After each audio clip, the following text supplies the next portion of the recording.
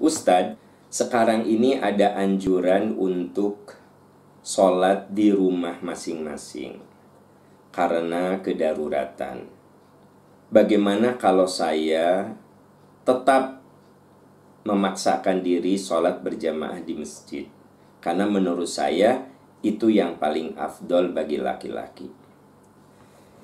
Ya, sahabat-sahabat sekalian, ada anjuran ibadah di rumah masing-masing.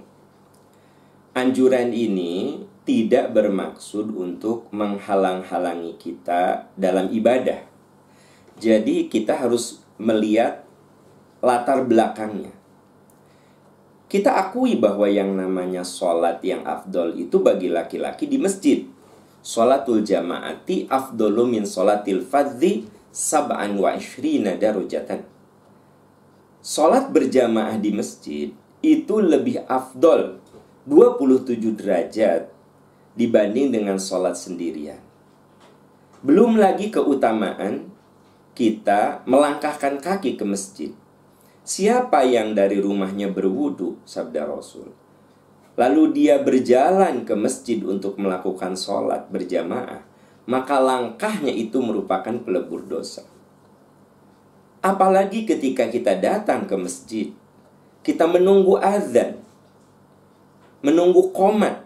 Jadi selesai azan, ya, kita kan nunggu qomat tuh ada jeda. Maka ketika kita berada di masjid dalam keadaan berwudu dan kita menunggu qomat, maka malaikat terus mendoakan ampunan dan keberkahan untuk kita. Diakui bahwa sholat berjamaah di masjid memiliki keutamaan yang luar biasa. Tetapi apabila kondisinya adalah darurat, kondisinya akan menimbulkan kemadorotan, maka di rumah menjadi lebih afdol. Pada zaman Rasulullah SAW dan kemudian Umar bin Khattab radhiyallahu anhu pada saat itu sebagai khalifah, menganjurkan umat Islam untuk sholat di rumah masing-masing ketika terjadi badai gurun yang sangat membahayakan. Kalau di sana kadang ada masa di mana badai yang sangat dahsyat. Terus ada riwayat yang menunjukkan terjadi musim dingin yang sangat-sangat sangat-sangat berat, sampai-sampai Umar bin Khattab menyarankan umat Islam untuk sholat di rumah masing-masing. Jadi sebenarnya ada peristiwa pada zaman sahabat Rasul, dan itu kemudian bisa kita baca di dalam riwayat-riwayat bahwa Umar bin Khattab pernah menyarankan sholat di rumah masing-masing ketika terjadi badai gurun dan badai dingin yang luar biasa. Ini mengandung makna bahwa keutamaan sholat berjamaah di masjid itu tergantikan karena kita menolak bala, karena kita menolak kemadorotan. Sekiranya dengan sholat di masjid itu akan madorot, maka kita putuskan untuk sholat di rumah. Jadi sholat di rumah bukan berarti kita menghindari berjamaah di masjid, bukan berarti kita malas untuk sholat di masjid, tetapi kita melakukan itu demi kemaslahatan. Dan di dalam Islam itu mengutamakan kemaslahatan lebih penting.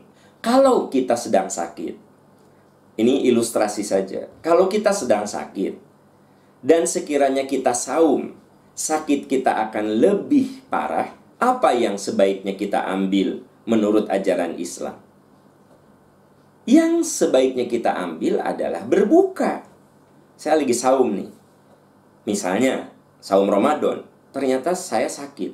Sekiranya saya meneruskan saum saya, maka itu akan memadorotkan tubuh saya. Maka yang bagus adalah berbuka. Itu sebabnya ada ayat yang menyuruh kita untuk membayar qadha di hari yang lain. Faman kana minkum maridon aw ala safarin fa iddatu min ayyamin ukhra. Siapa di antara kamu sakit atau safar? Nah, safar juga Kalau ternyata dengan safari itu membuat kita jadi berat, sangat-sangat berat, malah menjadi sakit, maka berbuka saja. Nah, ini isyarat, ini maksud saya ilustrasi, ada saat yang utama itu kita tinggalkan demi kemaslahatan. Seperti halnya sekarang ini, ada anjuran untuk sholat di rumah masing-masing, untuk ibadah di rumah, untuk bekerja di rumah, untuk belajar di rumah. Kita lebih soliter untuk solidaritas. Jadi soliter itu sendirian, untuk membangun solidaritas, untuk membangun kebersamaan, kemaslahatan bersama. Oleh sebab itu, di kondisi seperti ini tidak apa-apa. Tetap kita mendapatkan pahala seperti kita sholat berjamaah di masjid, seperti halnya kita melangkahkan kaki ke masjid. Sekalipun kita laksanakan di rumah, maka pahalanya sama saja, karena hati kita, nawaitu kita ingin yang afdol, tetapi situasi yang tidak memungkinkan. Wallahu a'lam bissawab.